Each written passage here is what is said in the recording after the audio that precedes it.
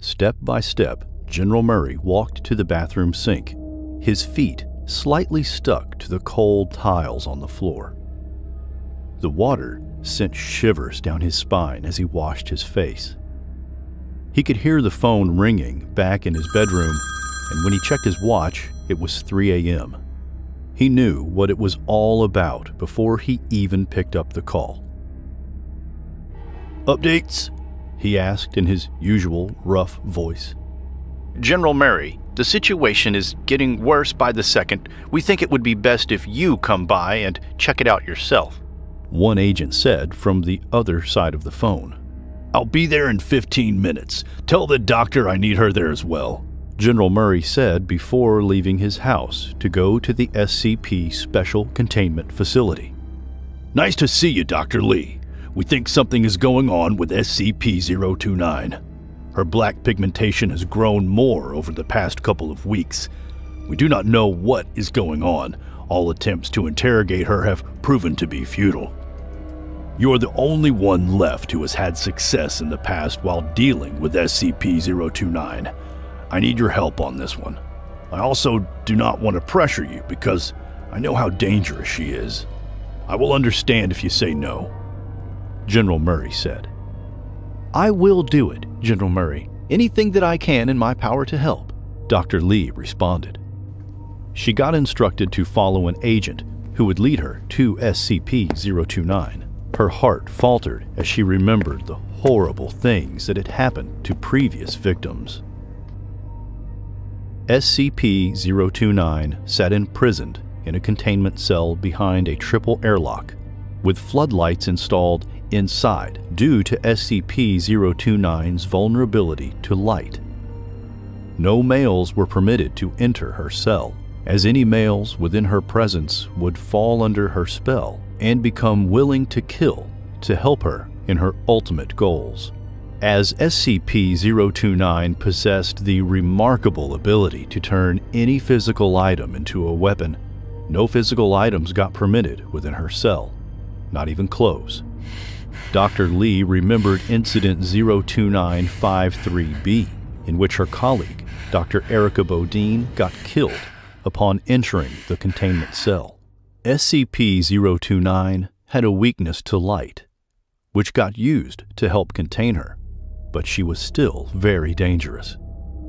She could use literally any physical object to kill someone, although she was averse to shedding blood, preferring to kill her victims through strangulation. She also did not need sustenance to survive, as she was able to live despite killing all Foundation staff who tried to provide her with food. "Stay calm and follow the protocol. This is as far as I can go without SCP-029 getting into my mind," the agent said before pointing out the containment cell and giving Dr. Lee the access code. She trembled inside. But she had to be brave because the mission was more important than anything else at that point. She put on the special glasses in preparation for what was coming next as she went through the third and final airlock. Dr. Lee was now facing SCP-029. Her body went cold with dread. "We meet again, Doctor. Tell me, what is your name?" SCP-029 asked. "Indeed we do. My name is Dr. Lee. Make sure you keep that in mind for our next appointment," the doctor said after finally gathering the courage to speak. "Again, you say? I love your confidence. I was not expecting that. Perhaps that is why I did not finish you off last time like I did your friend. So tell me, why are you here, Doctor? What do you want from me?" SCP-029 asked. Dr. Lee knew better. She knew that underneath that feminine voice, she was speaking to a cold-blooded killer. "I want to know why your skin keeps getting darker day by day. Are you sick?" Dr. Lee said, and immediately the Daughter of Darkness turned her head as if that statement had drawn her attention. She slowly started rising from the corner of the room where she had curled up. Dr. Lee hunched her shoulders, a nameless fear engulfing her. She knew that her life was in grave danger, but she needed to be brave and hide it. Oh, so that is why you're here. Well then. SCP-029 said as she went on to explain a few things to Dr. Lee. At that time, the doctor could not take her eyes off her body. She observed how dark the pigmentation was and wondered how a creature that looked so frail under the light could be one of the most dangerous SCPs. She had demonstrated dexterity and physical reactions 4 times as fast as the average human. SCP-029 also displayed extensive resistance to damage of all forms, except from SCP-2820. It was a directed energy weapon operated by a modified AI now pointing at her. Just know that my followers are on the move once more, Dr. Lee, SCP-029 said. At that moment, the doctor quickly realized what was happening and started to walk out of the containment cell. SCP-029 was not impressed by that move, and she tried to lunge at the doctor.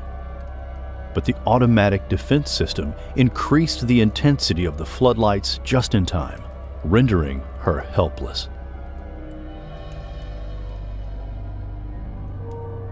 She dropped to the floor, hitting her head, and her dark black eyes met Dr. Lee's one last time before she left the airlocks.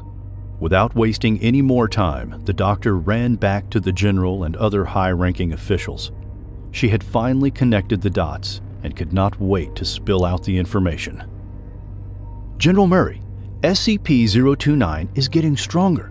Her followers are causing an increase in pigmentation. The more people they kill, the stronger she becomes. Soon, we will be unable to stop her when she reaches her final form. We need to act immediately, General Murray.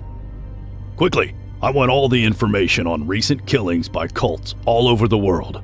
I want all their names, locations, and beliefs. I want all the data needed to stop this situation before it gets worse. Thank you so much, Dr. Lee. A couple of hours later, the Foundation had gathered a ton of information, and they were narrowing it down to the cults that fit the description. The discovery was much worse than they had expected.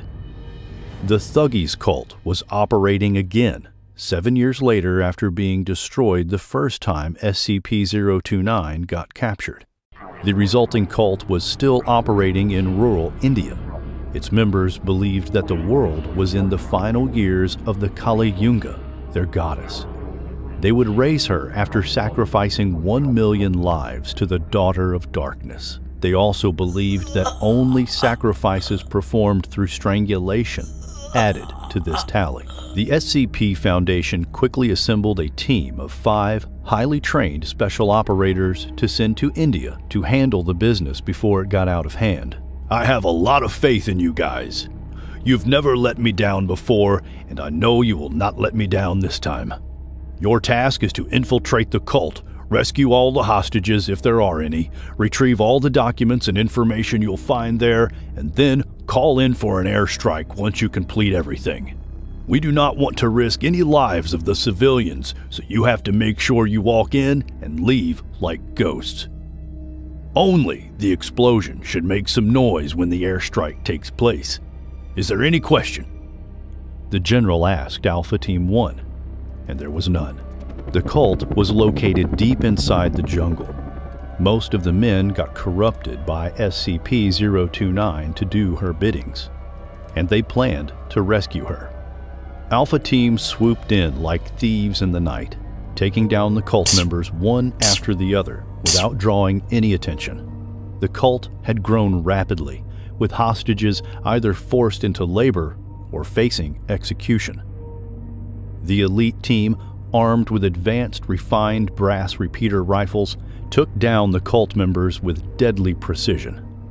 Each shot was nearly silent, and the fanatics fell swiftly, one after another. They retrieved important information and rescued the hostages. Alpha Team Captain called in for an airstrike to the location after they had completed the extraction. When the first bomb dropped, SCP-029 awoke from her sleep and let out a corpse-awakening scream that anyone close enough left with bleeding ears. For the first time, one could see the shock and pain on SCP-029. You are killing my children! She screamed out loud and jumped to the door with a force that left a dent on it. She punched and clawed on it, but it was too late for her. The Daughter of Darkness dropped down to her knees, realizing she had been defeated once again by the humans. Her pigmentation stopped growing, suggesting that the Foundation had wiped out the cult.